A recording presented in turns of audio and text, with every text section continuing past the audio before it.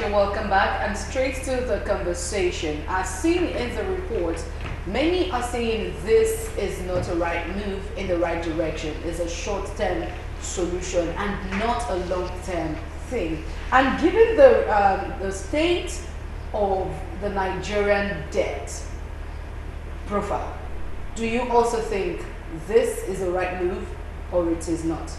To you, Dr. Kai. You see, when I read that particular incident on the social media in the first instance, you choose to call it an incident? yeah, it's an incident because already we are in a situation of cul-de-sac whereby the government sees Nigeria has been boxed into a corner. And between you and me, I have watched Muhammad Ali severally while boxing. There are instances where he was being boxed to a corner. Did he allow himself to die at that corner? At the end of the day, he still won such a match. Go and watch him and do freezer. Okay? And that's the situation Nigeria is presently. Now, the thing is, should we continue to be in that situation? Because even this 300 billion you are borrowing, what are you going to use it for? The first question that came to my mind, okay, you have borrowed so much amount of money. One, how do you repay it back? Are you bringing it to an industry whereby that money will regenerate itself for payment? Or are you borrowing this money to eat?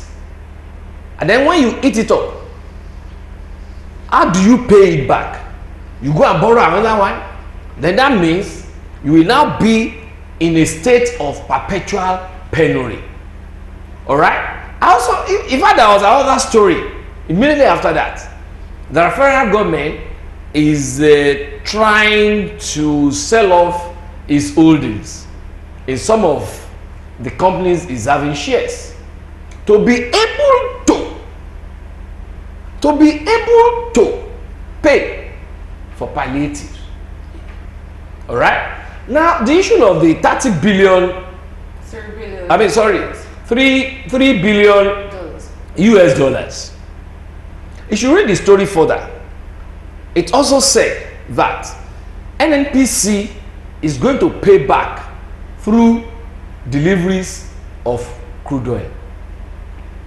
And we are talking about dollars here. We are talking about national income now. We are talking about production to be able to generate foreign exchange. So for us to be able to get out of the quagmire which we are. For us to put things. So that means So that means we have collected our money in advance to spend. Now there will be to put more in context. The NNPCL has gone further to put out some things on its page, like what? On its Twitter page, on things you should know, and they are saying and insisting this is not a crude for cash. So they are not paying back with crude, they are not paying back with products. So they are paying back on payments made after sales. My question is, why are all these monies not being invested into our refineries? So you think this is not a right move? The worst move ever. Okay, how about you? Yes, thank you. Actually, I would appreciate that the government tell the people the truth, about the realities of the situation that we are in this country. That's on one side. Then on the other side, the government should be able to, be able to tell us when you collect money or whatever form you are borrowing or you are collecting. You see, it has been the norm in this country. They will just use one concept, one phrase to explain it. So, however the process goes, would not be of significance to them anymore. But they have borrowed that money and they have used one phrase or one clause to just cover it. So it has been like that. Let us start from NNPC. Till today, we don't have accounts of the amount of crude oil that is being sold on a daily basis. Till today, we have not had an account of the rate of what is being removed from our crude oil, you know, to tell us, okay, this we have 24 raw materials coming out from our crude oil apart from the PMS. This is what it comes out, this is what it comes out, this is what comes out, and this is the amount we are being sold. There's a corruption process there. But they just use this, their phrase to say, we are selling crude oil, and that is all. Today, we can see the president following the framework of the past president, giving a minister of state for petroleum resources and reserving the federal minister to his own office. Today, we have seen again NNPC coming out to tell Nigerians, we are going to be borrowing this amount. We don't know the method. Not even that we are going to. We have signed an agreement. We have signed an agreement. We don't know the methodical process that the thing will follow. We don't know the methodical process of back payment that it will follow. We don't know the methodical of how it's intend to disseminate those money, you know, in a right direction that will truly reflect the reality of purpose that money was being meant for. We don't know. We don't know the methodical process to which they are going to follow, you know, in adopting the levels of those that truly need it, that is the low, the medium, and the higher income earners.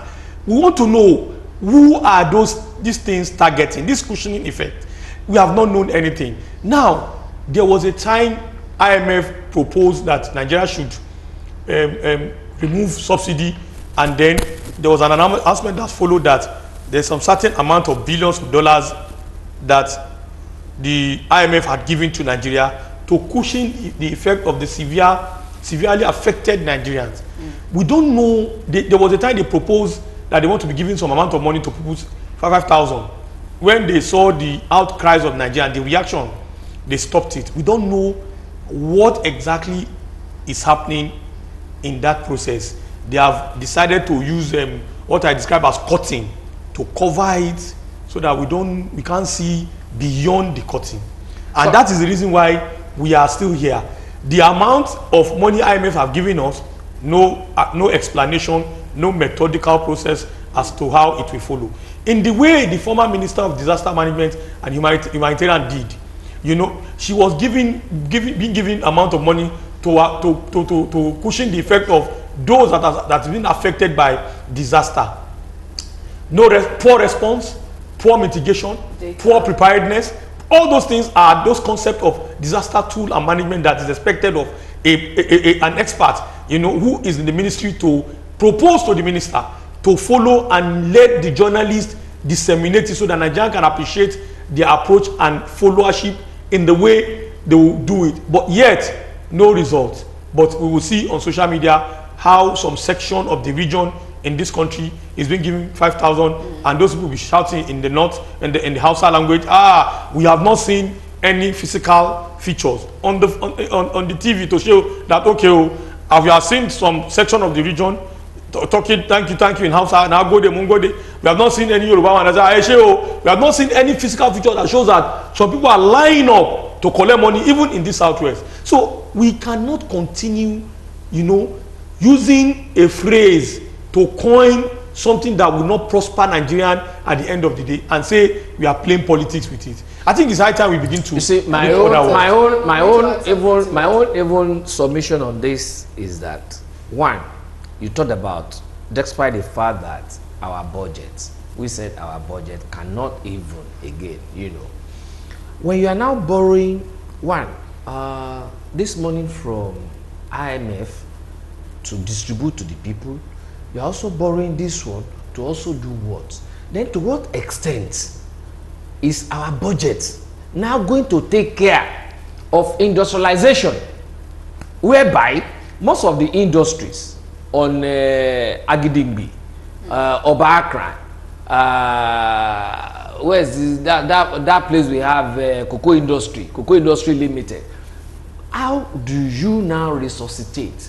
I was telling somebody on a platform yesterday that when I was growing up as a little boy, on that Accra, over Accra, down to Akilo, come to Agidingbi, in fact, you will see human beings experiencing go slow on the walkway. Why? Because as people are going in, people are coming out. How do we think about that? Two, all this money you are distributing, it's just like two farmers being given 5 tubers of yam each, and then one decide to eat up around 4 tubers, and one decide to plant, to replant about 4 of those tubers to eat one. Which one do you think it would be better? At the end of the day, all this money that you have been borrowing since how many years ago, if you had put this in for our refineries to work, Lola, one, wouldn't be importing PMS. Neither are we going to be importing diesel. Neither are you going to be importing aviation fuel.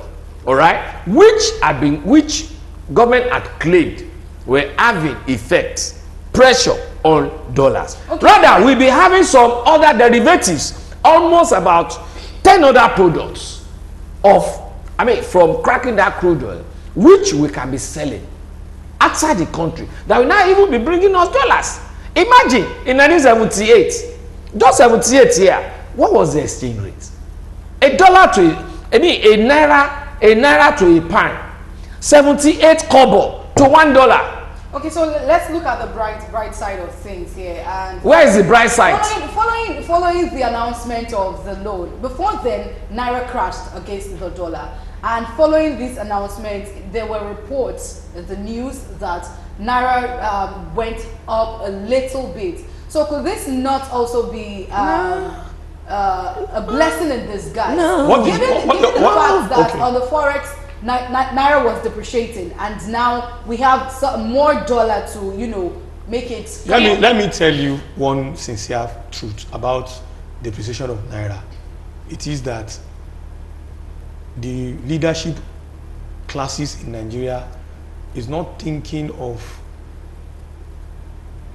what would ensure that the dollar is not dragging against Naira. And how is it going to be possible? Ensuring that everything is done locally, because and then attracting foreign direct investment. If you keep collecting dollar, keep collecting, the dollar will still move down in favor of the dollar. The Naira will still move down in favor of the dollar.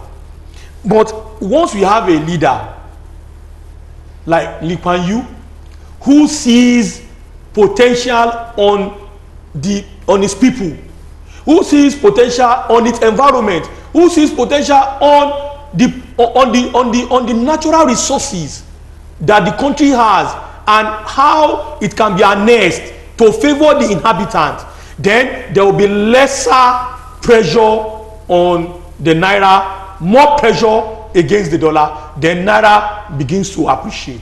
Even in a nutshell, sorry, in a nutshell, have you also forgotten the statement of the former central bank governor, Sanusi Lamido Sanusi? That this forex thing is making a lot of under the tree portfolio billionaires. It's fake. All we are seeing, they are wrapped in deceit, nothing more. This one that you see little appreciation, I tell you, in the next 1 week, that little appreciation will suffer it. No, we don't pray for. No, but that's what we have been saying. Listen, that is what we have been saying. We are talking from experience, and we are talking from what is happening contemporarily. The kind of leadership we have.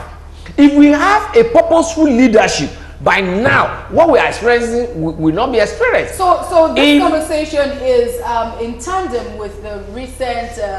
It's all about the fuel subsidy removal, and the president and his administration, 1 minute, has also meted out some measures to cushion the effect. One of which rather is provision of grains to household and farmers. So now this is part of seeing potentials in. Sorry, 1 second. Just 1 second. Let me bring you back. My question now is: do you not believe in that as one of the great measures? No, because everything started in Yoruba. They will say, "Let Yaba fitomo irilo ma ngbo." Thank God you are a Yoruba lady.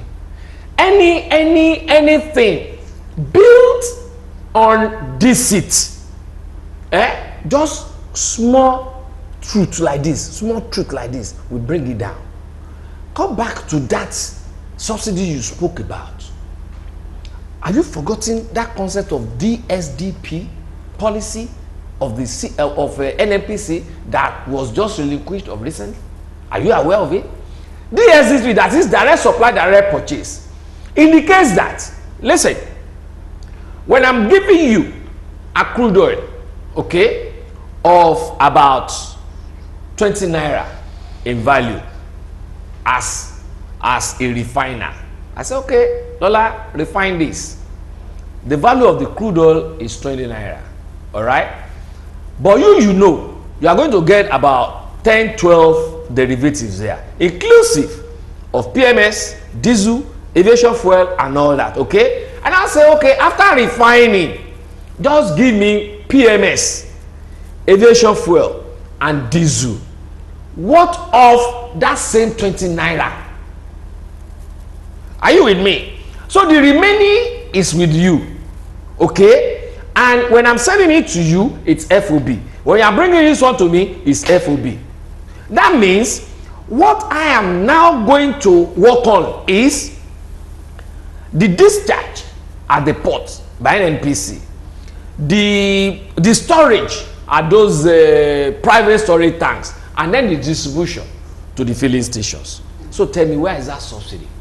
Somebody just came in. Yes, every other presidential aspirants were talking about removal of subsidy. But have we been able to look at the framework behind their own fuel subsidy? And you just came on the day of inauguration at the podium there. You are now saying this, all right? Without you understanding the way the stakeholders had been handling the industry before, without you understanding even the content of that particular subsidy. Remember, also last year, one of the top chiefs, top echelon of government, said that NNPC always, because the more you consume, the more subsidy you get. So tell me, how much fuel do we consume in this country for us to be able now to determine that subsidy, the amount of subsidy? Has he been able to do that? Have you also forgotten that Okonjo-Iweala's mother was kidnapped? I think 80-year-old professor was kidnapped because he said, okay, assuming we are spending 7 naira on subsidy, he said the true subsidy we are supposed to be paying is no more than 4 naira. Where is that 3 naira going to? Where has it been going to? So these are issues that is now making Nigerians to say, look, all these things are all wrapped in deceit. So to that extent, how are you now saying our value of exchange rate is also not wrapped in deceit? What then is the way out? Because we don't just talk about the way out. The only way out is for our leaders to bridge the truth gap between leadership and followership. Let us be truthful. For goodness sake, if you are putting all this money in your pocket, how much do you even need? For me to travel out, how much? No, I'm saying, for instance, okay. For instance, if all these monies are going to somebody's pocket, how much do you even need? Okay, Mr. Ariga, you were going to. Yes, what I wanted to say, I hope I still remember, is I watched one video recently on social media, where the director of DG for Bank of Industry was sitting there. Then a senator, I think a senator and a member of House of Rep were there. So they were discussing, revealing how they brought one idea of paying their constituents about 100 or 250 of their constituents for 3.5 million naira. It has been proposed in partnership with Bank of Industry. Bank of Industry, yeah, what is it? And the senator went further to say that they have accepted and they have appropriated it. Only for them to hear that the whole idea will be, it has been agreed that each of them that have a constituency of 250 people to give 3.5 million naira for support, small scale soft loan support. Only for them to hear eventually that this whole idea has been hijacked by their state governors respectively. So he's now putting it to the BOIDG that what eventually happened, that Nigerians are listening, he should tell Nigerians what happened. Now, what is the point I want to bring out from this narrative? It is that there is a lacuna of trust between the leaders and the followers. And the obvious thing is what I just narrated as a template to my discussion here. No matter what you want to talk about in terms of provisions of dividends of democracy, provisions of the needs of the people, and then ensuring proper democracy, you know, in similarity to the country of the US and the rest. It's not that those people are not having issues, but they are, let us start from their health sector. It is nothing compared to all over the world. Obamacare and the rest of them. Now, what is the lacuna here? Planning. Failure in planning. If you are giving birth to an idea, there should be an evaluation of that idea and how those underpinnings can be entangled. I'm borrowing the word of Dr. Kojo, entangled to meet all facets of the society, so that once it starts in its implementation, the ordinary Nigerian who is in Shaki would feel the pulse of good governance. So everything we are talking here, if we still talk till tomorrow, the governance problem is lack of planning by the leaders who are driving the process. So whether it is in NNPC, whether it is or whatever sector, the lack of planning is why you see it happen. The 3 billion you are talking about, Nigerians on the social media have started having their conclusion.